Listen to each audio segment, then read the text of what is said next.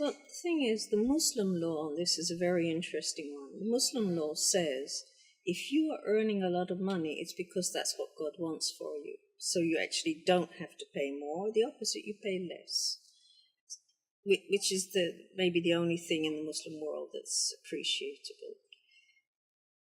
And so this is the socialist thing, Now, any other country except for Israel, my answer would be no. No reason for richer people to pay for poorer people. But in a country where you're striving to get to a certain goal for that country, the answer would have to be yes, because it's a communal goal.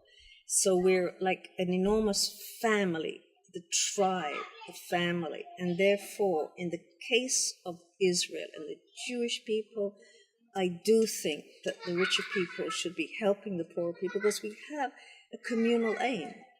Well, we had a communal aim. Yeah. We had a communal aim. And the only way to get to that communal aim throughout our history was for the richer people to support the poorer people. That's the way we literally survived in Europe. You had the Rothschild, and they just, Right? So in certain cases, yes. In most cases, no. I mean, if it's just somebody you don't know him and you have no obligation to him, why? You work hard. He doesn't. Fuck him. No, I said actually work just as hard.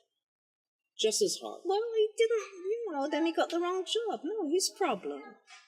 How does that sit, how does that fit with,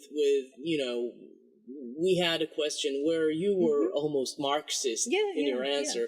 How does that fit together? It fits because, as I said, there are communities where the answer would be yes, and there are communities. For instance, I don't see why in a capitalist country you would suddenly want to go with socialist rules when you've been living as capitalists all the time. It makes the whole thing absurd. You come to a capitalist country to live in a capitalist country. Suddenly you turned around, smacked in the face and said, oh, guess what? We're going to be socialists now. Yeah, listen closely, Obama. More or less. Yes. Yeah. By the way, it's not only in Muslim law, it's also in, I think, Protestants basically see, Catholics sort of praise poverty, but Protestants don't. They sort of, this is why they fit in so nicely within the capitalist paradigm. Yeah, but being a wealthy pastor doesn't, it doesn't seem at odds with the fact that Jesus was sort of poor. I don't know if he was really poor. We're getting off track, first of all, because we're going into religion instead of the subject. But what would be really bad is someone who has achieved his money by exploiting badly simpler people.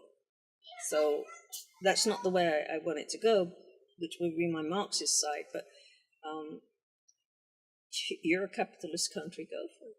How would you deal with exploitation then? Exploitation, I think, is my biggest painful thing in the world. And this is the thing that, if I could change one thing, I don't think there's any questions like that on your list, but if I could change one thing, it would be that there would be no exploitation of simpler people, less fortunate people, by those who rise to power and take advantage of the situation.